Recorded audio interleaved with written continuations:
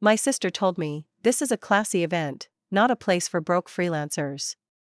So I sat quietly at her fundraiser. Then the guest of honor said, wait, you're the anonymous donor who gave $250,000? The moment she heard that, she choked on her wine. My sister Corinne always knew how to play the part. From childhood, she was the polished, confident, driven one. She captained sports teams, aced her classes, won awards and pageants, even gave her valedictorian speech with a ribbon in her hair and her voice trembling just enough to sound sincere. Our parents beamed like the sun shined out of her. Meanwhile, I liked stories. I liked quiet. I drew in sketchbooks, wrote strange little poems, made up elaborate soap opera-level dramas between my dolls. I was the kind of kid who preferred listening to talking. In a household like ours, that made me background noise. Our mom, a high school English teacher with a flair for critique, would say things like, Corinne will run the world someday, and then, to me, and you'll write about it, right? I told myself that was fine. I didn't want to run anything. Years passed, and our paths diverged. She got her MBA, married a doctor, bought a colonial in Westport, and started a nonprofit aimed at urban education reform. She was always featured in those alumni newsletters. Corinne Jensen, class of '01, founder of Aspire Now. Smiling next to a big check, a kid with a scholarship or a mayor. I, meanwhile, drifted. Art school, waitressing, a stint living out of a sublet in Chicago. Then, slowly, I found a rhythm.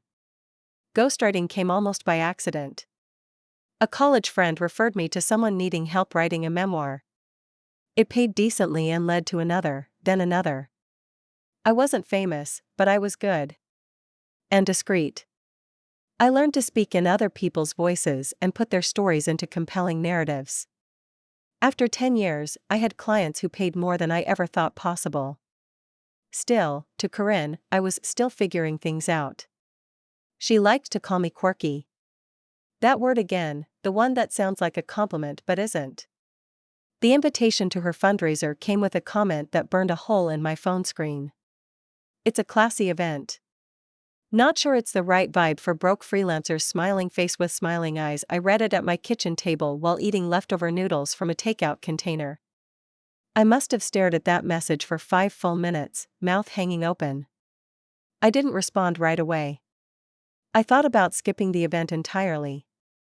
I hadn't seen Corinne in months, and our last real conversation, Thanksgiving, when she implied I was lucky to have freelance work in this economy, hadn't gone well.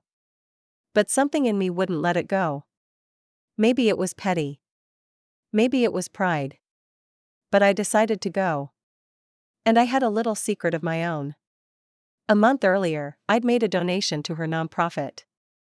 A big one. One of my clients, a former tech CEO turned philanthropist, had just finalized a $2 million book deal. I'd written every word. When he got his final round of edits approved, he wired my full fee.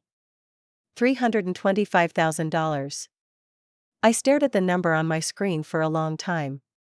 I could have booked a beach vacation. Paid off my student loans. But something made me think of Corinne's nonprofit. I'd read the reports. I knew it was doing real work.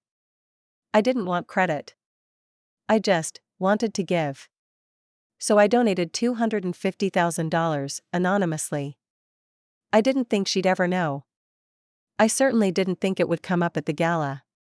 I arrived at the Pierre Hotel wearing a black dress I'd bought secondhand and had tailored to fit. Classic, understated, elegant. My shoes were low-heeled but expensive, a gift from a former client. I kept my makeup minimal and my hair swept back. I looked respectable, but not flashy. I arrived alone, signed in quietly, and found a seat near the back. The ballroom was packed with people, donors, city officials, press, well-dressed couples who looked like they drank martinis with dinner. Corinne spotted me as she was making her rounds. She paused for a beat, just enough to register surprise, then plastered on her gala smile. "You came," she said, giving me a brisk hug that didn't quite land. "Of course. I just wasn't sure you'd want to," she said, I scanning my outfit. It's for a good cause, I replied. That's all that matters, right? Her smile tightened. Well, enjoy yourself. She moved on. I stayed seated, sipped my drink, and watched the room fill with laughter and clinking glasses. People posed for photos in front of a branded backdrop. Servers passed trays of mini crab cakes and cucumber shooters. Eventually, the speeches began. First, the board chair. Then a couple of scholarship recipients. Then Corinne herself. She looked radiant on stage, charismatic, poised, and every bit the confident public figure she'd always been. She thanked everyone, shared progress metrics, and spoke about the future of Aspire Now. And, of course, she said toward the end, I want to acknowledge one incredible, anonymous donor who recently contributed $250,000.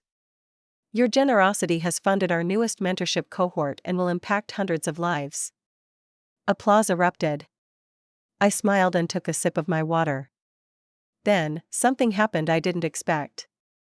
Justice Annalise Whitford, the guest of honor, an education advocate and retired Supreme Court Justice, was seated near the front. She turned in her chair, looking around the room, and said, "Wait a moment. I believe I know who that donor is." The applause quieted. I had a conversation a few weeks ago with a woman who contacted my office, asking questions about early literacy initiatives. She asked that we keep it confidential, but I recognize her now. And she pointed directly at me. Every head in the ballroom turned. Corinne turned too, her wine glass halfway to her lips.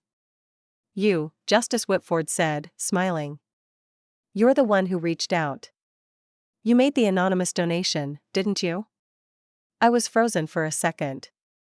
Then I stood slowly and nodded. I prefer to keep a low profile, I said softly. But yes. Corinne's face went slack. She coughed suddenly, violently, and dabbed at her mouth with a napkin. Her husband looked alarmed. The people around her murmured, concerned. And still, the applause came again. Warmer. Louder. I sat back down. Corinne didn't look at me again for the rest of the night. After the event, I didn't linger. I didn't want to. I slipped out quietly after the speeches ended, while most guests were still mingling, holding their glasses a little too high and pretending to care about each other's portfolios. No goodbyes. No explanation. I didn't go there to be seen. I had gone there to listen, to sit in the back and prove, if only to myself, that I could show up with grace, even after the dig. But the attention, that had never been my intention. I Ubered home in silence, watching Manhattan's blur of lights give way to the dark quiet of my Brooklyn neighborhood. I didn't feel triumphant. Not really. I felt like I had just witnessed something shift. Something that had been off balance for most of my life had suddenly tilted in my favor, and I didn't know what to do with it. The next morning, I woke to 5 missed calls and 2 texts from Corinne. We need to talk. Call me when you get this. Seriously. I waited. Made coffee. Checked my email. Cleaned the counter even though it wasn't dirty. By noon, I texted back, okay. You free this afternoon? She was. She suggested meeting at her place in Westport. I offered a cafe halfway between us instead. Neutral ground. She didn't argue. I arrived first. The place was small, rustic, full of plants and the smell of baked bread. I chose a corner table. She walked in 5 minutes late, wearing big sunglasses and a scarf knotted at her throat like someone trying to look casual. Hey, she said as she sat down. Thanks for meeting. I nodded. No problem. There was a pause. She removed her sunglasses slowly and set them on the table. You could have told me. I didn't respond right away. She kept talking. You just sat there. Like you were some wallflower. And then that judge, Whitford, calls you out like you're some sort of patron saint. Do you have any idea what that looked like? I tilted my head. What looked like? You didn't say anything, Liza. You didn't even tell me. You let me treat you like what? I asked gently. Like a broke freelancer? She flushed. Her eyes flicked to the floor. That was. I didn't mean that the way it sounded. You never do. Her mouth opened, then closed. She looked away. I wasn't angry. Not really. It was just, so typical. She was less upset about the moment itself and more about how it made her look. About being wrong. In public. I wasn't trying to show you up, I said, folding my hands in my lap. I wanted to stay anonymous. I chose that. It was your guest who recognized me. But why donate at all? You haven't cared about Aspire now before. That stung more than I expected. I care about helping kids. I don't need my name on a building to do it. She sighed and looked out the window. You have no idea how many people have called or emailed since last night. Everyone thinks you're this mystery benefactor, which I guess you are, and I look like the idiot who didn't even know her own sister gave $250,000. I could have said, maybe because you never ask. I could have said, you don't see me unless I'm failing. But I didn't. I just watched her sit there, unraveling, unable to reconcile the version of me she'd created with the one sitting in front of her. You always had this story about me, I said. And I think you liked it. It made things easier. You were the successful one, the professional, the do-gooder. I was the weird creative mess who couldn't keep a real job. That's not fair, she said, almost whispering. No. But it's true. Another pause. The server came over. Neither of us had ordered. Corinne waved her away. You never told me how well you were doing. You never asked. That landed harder than I expected. She winced. I'm sorry, she said finally. I guess I just assumed. That was the crux of it. Assumptions. She had decided who I was, years ago, and never updated the narrative. I wasn't hiding, I said. I just got tired of defending myself. For a moment, we sat in silence. Do you want the credit now? She asked quietly. Because I can make that happen. Press release, website update, no, I said firmly. I don't want credit. I want respect. She nodded slowly.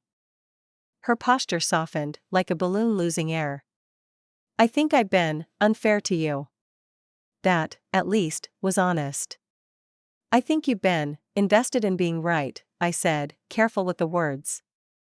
More than you were interested in understanding me. She nodded again. Her eyes looked glassy, but no tears came. I'm sorry, she said again, this time looking at me fully. I know, I said. We left the cafe without hugging. Just a quiet take care, and a promise to talk soon. We didn't. Not right away. A few days later, she emailed me a copy of the gala's donor report with a line at the bottom, anonymous donation of $250,000 in honor of all the quiet ones who changed the world. No name. No spotlight. Just a line. It was a start. Over the next few weeks, we kept our distance. I'd like to say things thawed quickly after that meeting, but the truth is, nothing about my relationship with Corinne had ever been quick. Even our fights were long and subtle, drawn-out dances of avoidance, unsaid judgments, and long silences punctuated by politeness. This was no different. She didn't call. I didn't either. I saw the fundraiser photos pop up online a week later. Corinne looked radiant, of course, in that red satin gown, her hand resting lightly on the shoulder of Justice Whitford in one shot, laughing with a city councilman in another. Her smile didn't quite reach her eyes in most of them. There was no mention of me. No pictures of me. Just that one subtle line in the donor list, the one she'd shown me in the report. I didn't mind being invisible. I was used to it. What bothered me was that even after all of it, the gala, the truth, the conversation at the cafe, Corinne still hadn't asked about my life. Not really. She hadn't asked how I'd come to that kind of money. or what kind of work I did now. She hadn't asked about my clients, or how I was able to afford giving away nearly everything I'd earned from my last project. She didn't ask if I was okay or happy. Instead, I got a short email: "Thanks again for your donation. It really made a difference." No salutation. No love, Corinne. Just that. I wasn't surprised. This was our pattern: moments of closeness followed by long stretches of silence, punctuated by short, impersonal notes that felt more like business correspondence than anything between sisters. And I would have let it go. I really would have. I was used to the distance. But then something happened that forced the whole thing back into motion.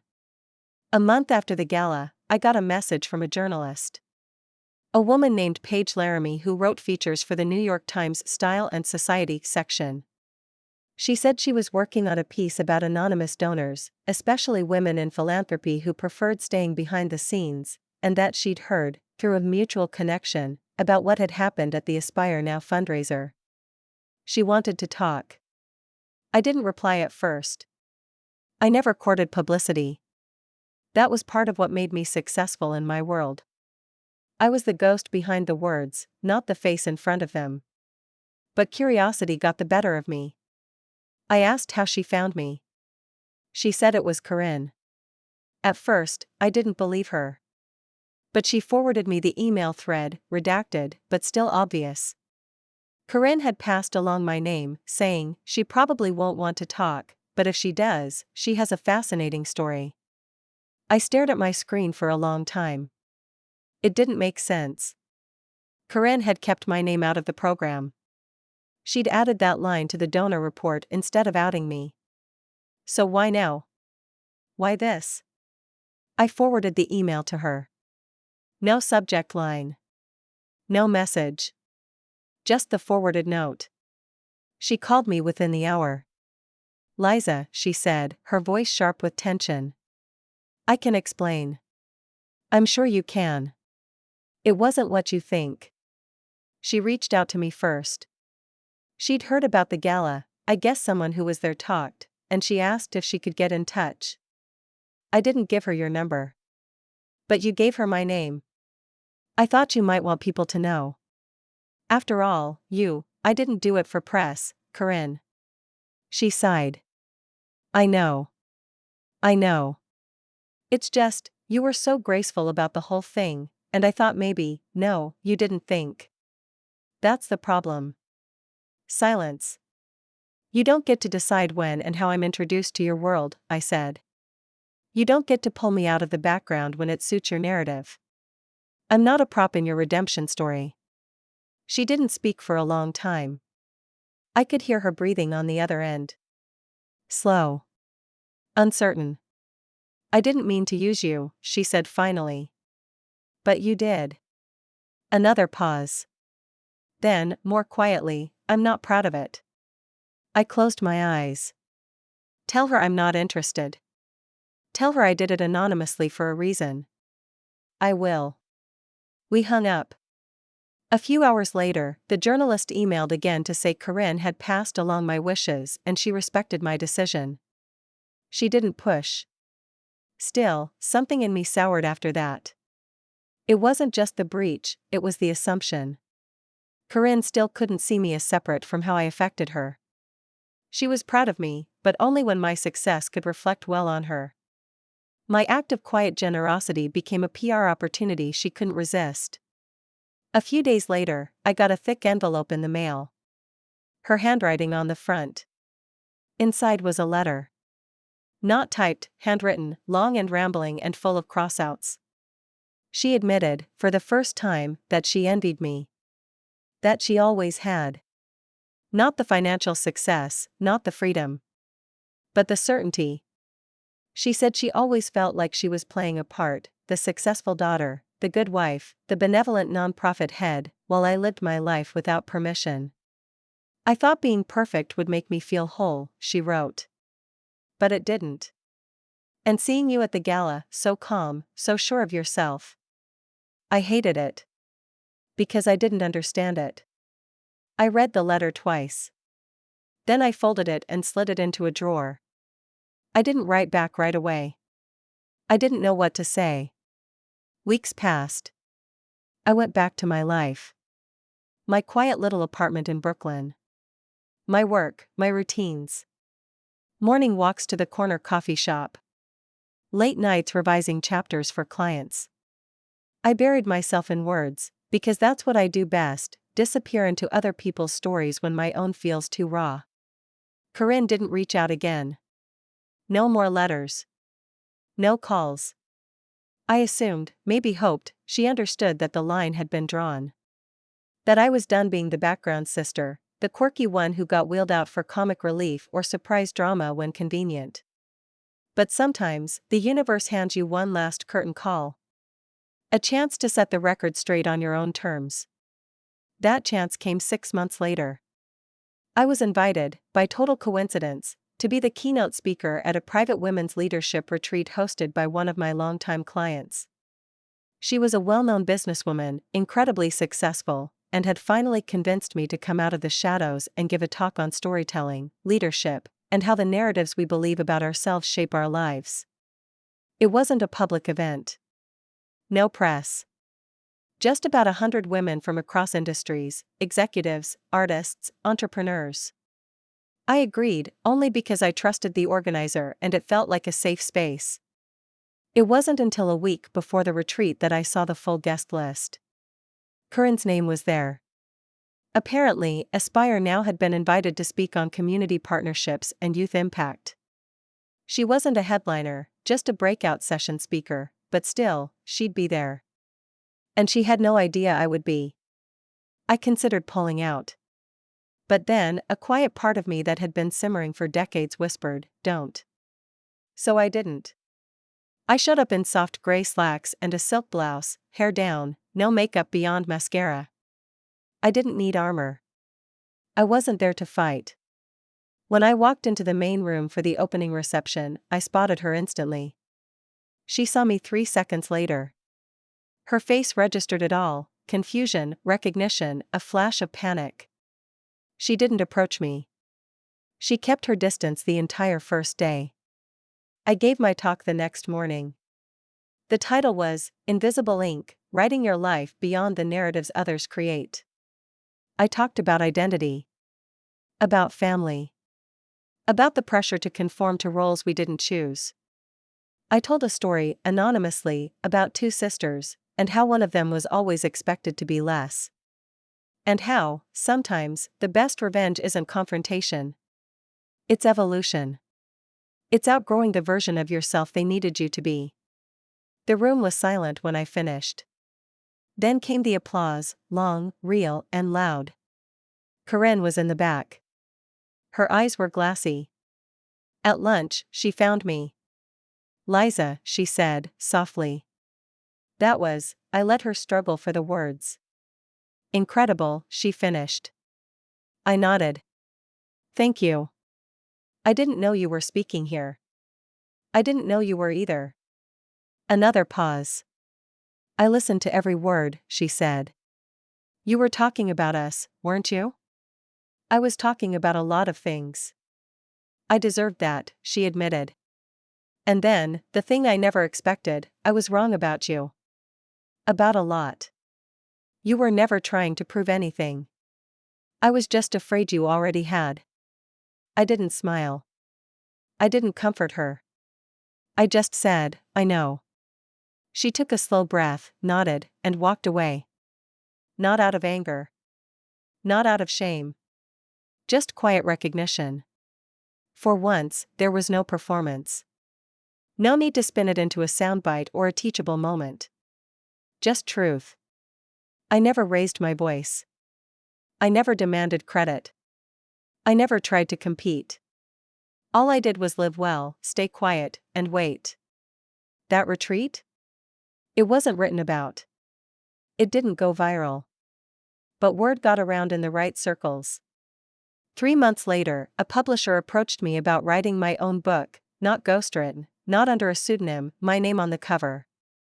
A memoir about identity and erasure, about navigating success without permission. I said yes. The advance was more than I had ever made on a single project. Corinne found out about it the same way she finds out most things, through someone else, congratulating her for having such a successful sister. That time, she didn't choke on her wine. But I imagine it didn't go down smooth. And me? I didn't say a word. I just wrote. Because sometimes, the best revenge isn't making them look bad. It's showing them they never really saw you to begin with. And then letting them watch, silently, helplessly, as the version of you they tried to ignore walks right past them, fully formed, entirely unbothered, and finally whole.